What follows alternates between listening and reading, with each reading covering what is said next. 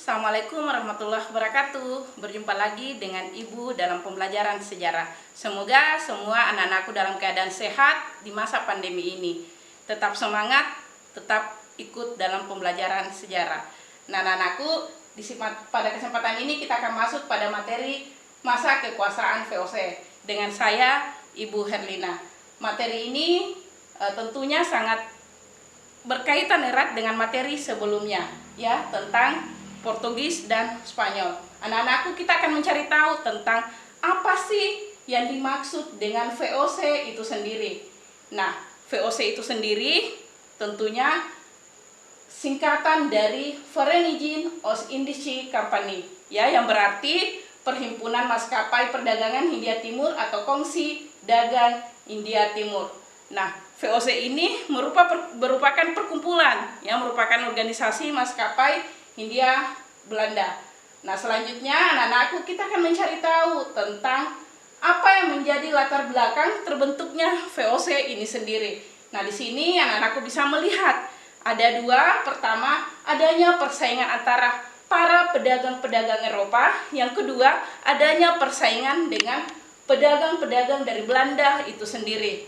Nah, di sini sangat berhubungan dengan materi sebelumnya tentang masuknya bangsa-bangsa Portugis dengan masuknya bangsa Spanyol. Tentunya masuknya bangsa Portugis, Spanyol, lalu kemudian masuknya bangsa Belanda, ini terjadi persaingan yang tidak sehat. Nah, inilah juga menjadi latar belakang terbentuknya VOC itu sendiri. Kemudian anak-anakku, kita akan masuk pada kapan dan di mana terbentuknya VOC, ya. Kapan dan di mana terbentuknya VOC. Jadi VOC ini terbentuk di Amsterdam pada tanggal 20 Maret 1602 di Belanda, ya. Tentunya dipimpin langsung oleh Dewan 17. Jadi Dewan 17 ini, di sini anak-anakku bisa melihat, ya, ini adalah foto, ya, ilustrasi Dewan 17 yang menjadi pemimpin di VOC kala itu.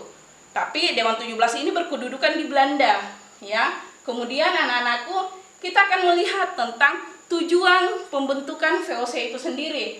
Jadi di sini tujuan pembentukan VOC pasti tidak terlepas dari latar belakang. Pertama, menghindari persaingan yang tidak sehat antara sesama kelompok pedagang Belanda yang telah ada.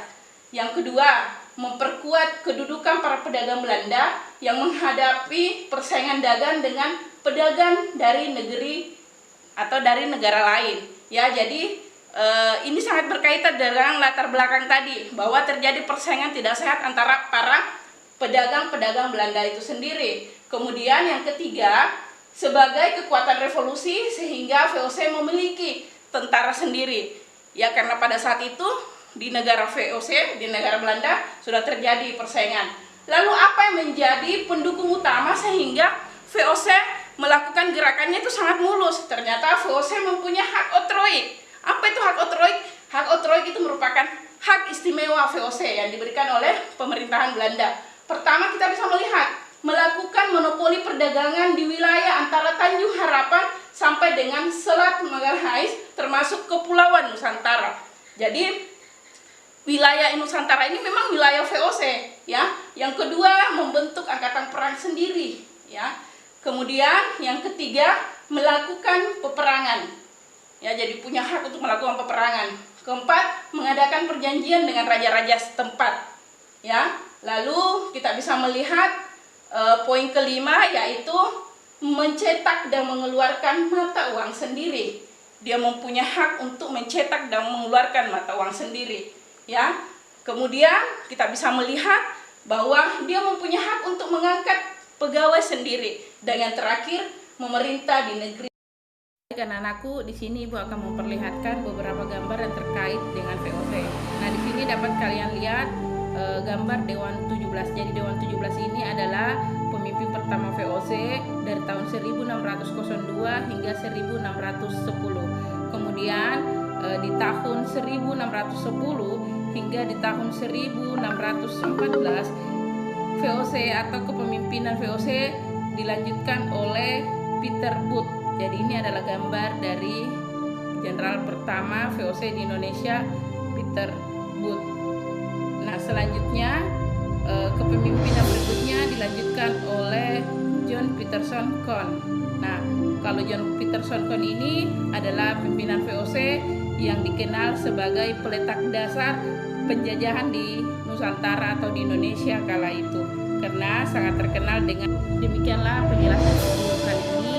Selanjutnya kita akan bertemu di pembelajaran berikutnya. Sekian, assalamualaikum warahmatullahi wabarakatuh. Salam sejarah.